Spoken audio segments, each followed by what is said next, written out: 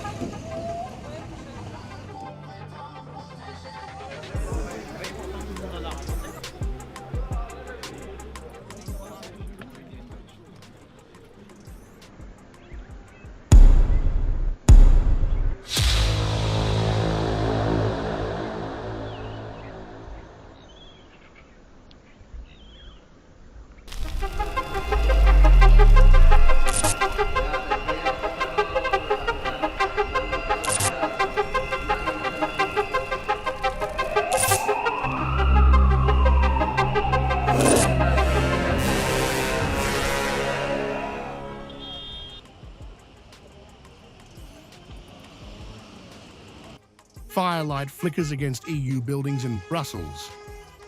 Tractors grind to a halt on city streets. Farmers, many of them wearing work boots and high visibility jackets, gather around burning barricades, angry, exhausted, and determined.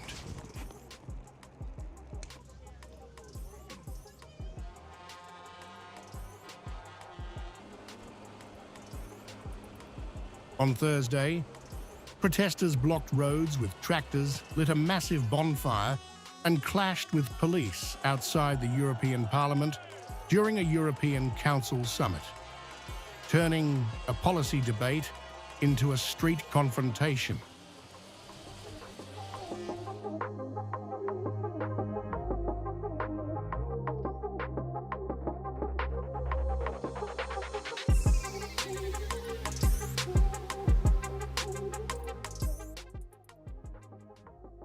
The protests erupted as European leaders met to decide the fate of the EU-MERCOSUR trade deal, one of the most ambitious and controversial agreements the bloc has ever attempted.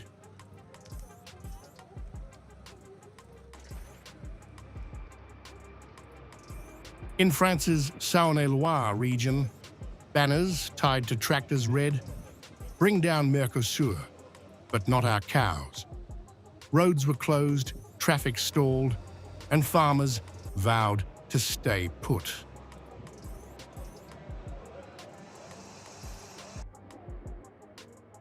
Many of those protesting say they are already struggling, squeezed by rising costs, strict environmental rules, and slow compensation after compulsory cattle culls to control disease outbreaks. They argue that the Mercosur deal would force them to compete with imports produced under far looser standards. We are barely surviving, but the price of bread for consumers has not fallen. For 3 years now, the price of products in supermarkets has continued to rise since COVID and since the war in Ukraine, while our selling prices have collapsed. And on top of that, our purchase prices, for example, for plant protection products, are rising at the same time.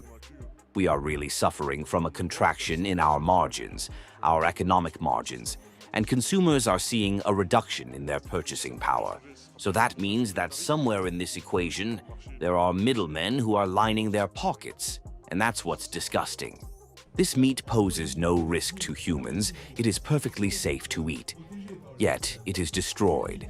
It is sent to slaughterhouses and burned. Meanwhile, in France, some people are forced to eat Ukrainian or Brazilian chicken because they cannot afford anything else. We are made to consume that, while perfectly good local meat is thrown away. It's shameful.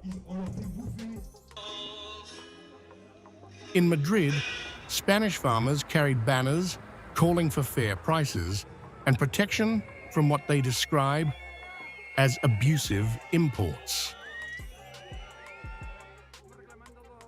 We are demanding two very important things.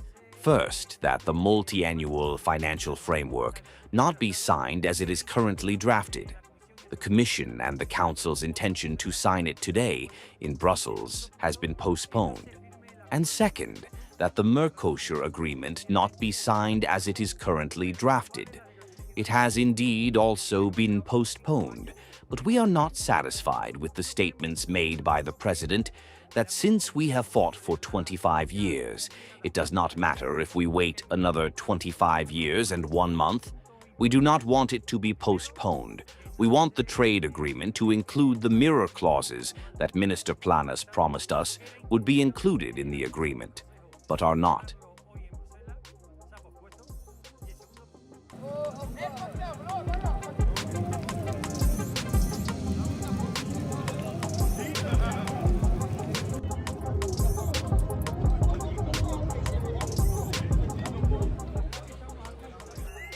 First floated in the late 1990s, the EU-MERCOSUR deal was meant to link Europe with South America's Brazil, Argentina, Paraguay, and Uruguay in a vast free trade zone.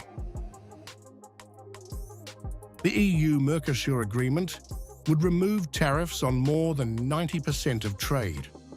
Europe would gain better access for cars, machinery, and industrial goods.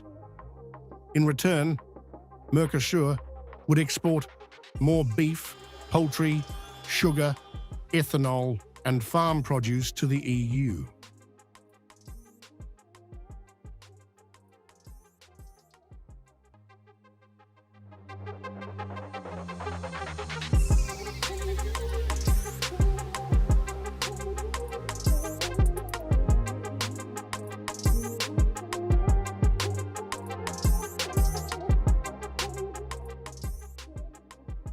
European farmers warned that the deal could flood the market with cheaper food, driving down prices, while EU producers remain bound by higher environmental and animal welfare standards.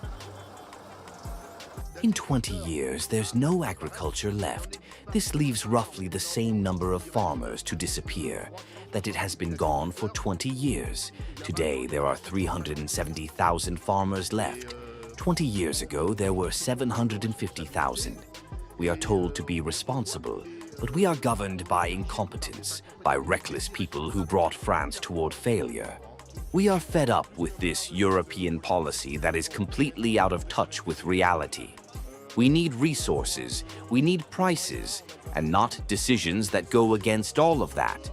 In other words, we are taxed on these fertilizers. We are forced to import inferior agricultural products. We can't take it anymore. France used to be an exporter, a major agricultural exporter. Now we are going to become an importer. That's it. We really feel like French and European agriculture is being destroyed. Environmental groups also opposed the deal, warning it could accelerate deforestation in the Amazon, despite commitments to sustainability written into the agreement. French President Emmanuel Macron has publicly questioned the agreement, saying the numbers simply do not add up. I will here address our farmers who are protesting the clarity of France's position from the start. Regarding MERCOSUR, we believe that the numbers do not add up and that this agreement cannot be signed. And it's the same thing. It's Europe's coherence, and it is a Europe that protects its agriculture and its producers. We are in favor of trade. France is, moreover, a great agricultural and agri-food power that trades worldwide, that exports. But we cannot accept sacrificing the coherence of our agriculture, our food supply, the food security of our compatriots for agreements that are not yet finalized. We have been very clear from the start. We are requesting what is called a safeguard clause. Facing mounting pressure, European Commission President Ursula von der Leyen confirmed that the planned signing has been delayed. we have achieved a breakthrough to pave the way for a successful completion of the Mercosur agreement in January. We need a few extra weeks to address some issues with member states, and we have reached out to our Mercosur partners and agreed to postpone slightly the signature. This deal is of crucial importance for Europe economically, diplomatically, and geopolitically. It opens new trade and economic opportunities for all our member states. And with additional checks and safeguards, we've built in all necessary protections for our farmers and for our consumers. In a year dominated by news of rising tariffs and new trade restrictions, the positive impact of this pact matters, not just for our two regions, but for the global economy. France and Italy have pushed for delays. Germany and Spain support the deal. Final approval would still require a vote in the European Parliament. Brazil's president, Luiz Inácio Lula da Silva, has urged European leaders to move forward, calling the deal essential for growth and global trade. The agreement is more favorable for them than for us. Macron does not want to do it because of their farmers. Italy does not want to do it, I do not know for what reason. The concrete fact is that we, from Brazil and from Mercosur, worked a lot to accept this agreement and convey an idea. At this moment, when you have a president of the United States wanting to weaken multilateralism and strengthen unilateralism, we wanted to make an agreement to show the world that a population of 722 million inhabitants and a GDP of 22 trillion reais were making an agreement to defend multilateralism. Negotiations began more than 26 years ago, making Mercosur one of the EU's longest-running trade talks, stalled repeatedly by politics, protests, and environmental concerns. Supporters say the deal would reduce dependence on China and the open new markets. Critics say it risks hollowing out European farming. As fires burn outside EU buildings and tractors line Europe's roads, farmers are demanding to be heard, warning that trade without protection could come at the cost of food security and rural life.